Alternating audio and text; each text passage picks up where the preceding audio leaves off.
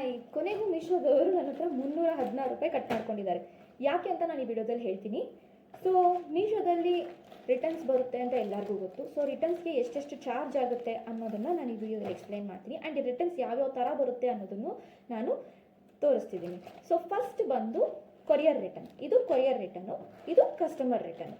So courier return ಏನಕ್ಕಾಗಿದೆ ಅಂದರೆ, so first ಈ ಆರ್ಡರ್ನ ಕಸ್ಟಮರ್ ಬುಕ್ ಮಾಡಿರ್ತಾರೆ.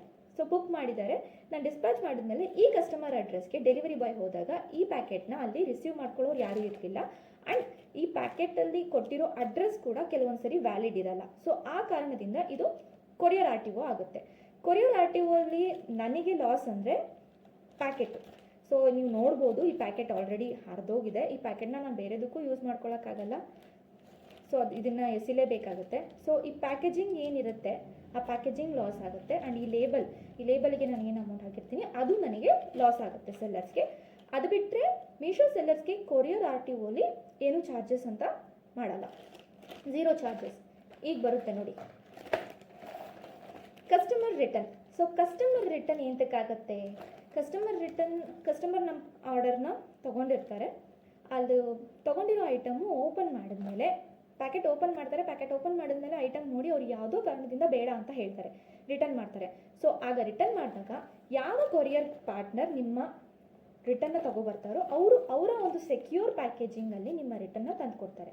ಸೊ ಈ ಥರ ಬರೋದಕ್ಕೆ ಕಸ್ಟಮರ್ ರಿಟರ್ನ್ ಅಂತಾರೆ. ಆ್ಯಂಡ್ ಈ ಕಸ್ಟಮರ್ ರಿಟರ್ನಿಗೆ ಮೀಶೋ ಸೆಲ್ಲರ್ಸ್ ಹತ್ರನೇ ಕಟ್ ಮಾಡ್ಕೊತಾರೆ ಅಮೌಂಟ್ನ. ಸೊ ಇದು ಡೆಲಿವರಿ ಆಗಿರೋದ್ರಿಂದ ನನಗೆ 161 ರೂಪೀಸ್ ಚಾರ್ಜ್ ಮಾಡಿದ್ದಾರೆ. ಆ್ಯಂಡ್ ಇನ್ನೊಂದಿದೆ ಎಕ್ಸ್ಪ್ರೆಸ್ ವೀಸ್ ಆಗಿರೋದ್ರಿಂದ 155. ಸೊ ಟೋಟಲ್ ಆಫ್ 316 ರೂಪೀಸ್ ನನಗೆ ಲಾಸ್ ಆಗಿದೆ. ಸೊ ಮೀಶೋದಲ್ಲಿ ಬರೀ ಆರ್ಡರ್ಸೇ ಅಂತ ಅಲ್ಲ, ರಿಟರ್ನ್ಸ್ ಕೂಡ ಬರುತ್ತೆ. ಸೊ ನೀವು ಮೀಶೋ ಬಿಸ್ನೆಸ್ ಸ್ಟಾರ್ಟ್ ಮಾಡಬೇಕು ಅಂದ್ಕೊಂಡಿದ್ರೆ ಪ್ಲೀಸ್ ಇವೆಲ್ಲ ಗಮನದಲ್ಲಿ ಇಟ್ಕೊಂಡು ಸ್ಟಾರ್ಟ್ ಮಾಡಿ.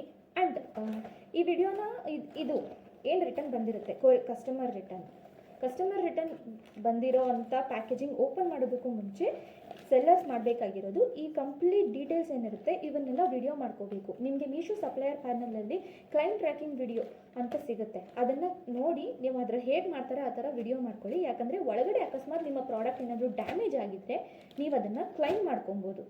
ಆ್ಯಂಡ್ ಅದೊಂದು ಕಾರಣ, ಅದೊಂದೇ ಕಾರಣದಿಂದ ನಾನು ಇದನ್ನು ಓಪನ್ ಮಾಡಿ ತೋರಿಸಿಲ್ಲ. ಇಲ್ಲಾಂದರೆ ನಾನು ಓಪನ್ ಮಾಡ್ತಿದ್ದೆ. ನಾನು ಇದ್ರ ವಿಡಿಯೋ ಮಾಡ್ಕೋಬೇಕು, ಯಾಕಂದರೆ ಐಟಮ್ ಏನಾದರೂ ಡ್ಯಾಮೇಜ್ ಆಗಿದ್ದರೆ ನಾನು ಅದನ್ನು ಕ್ಲೈಮ್ ಮಾಡ್ಕೊಬೋದು. ಸೊ ಮೀಶೋದವರು ಕ್ಲೈಮ್ ಕೊಡ್ತಾರೆ ಅಂತ ಹೇಳ್ತಾರೆ, ಅದೆಷ್ಟು ಮಟ್ಟಿಗೆ ಕೊಡ್ತಾರೋ ಗೊತ್ತಿಲ್ಲ. ಸೊ ಕ್ಲೈಮ್ ವಿಡಿಯೋ ಹೇಗೆ ಮಾಡೋದು ಅಂತ ನಿಮ್ಗೆ ಏನಾದರೂ ಡೌಟ್ ಇದ್ದರೆ ಅಥವಾ ನಿಮ್ಗೆ ಹೇಗೆ ಮಾಡಬೇಕು ಅಂತ ಗೊತ್ತಿಲ್ಲ ಅಂದರೆ ಈ ವಿಡಿಯೋ ಬೆಳಗ್ಗೆ ಕಮೆಂಟ್ ಮಾಡಿ, ನಾನು ಅದನ್ನು ಒಂದು ವಿಡಿಯೋ ಮಾಡಿ ಹಾಕ್ತೀನಿ. Thank you.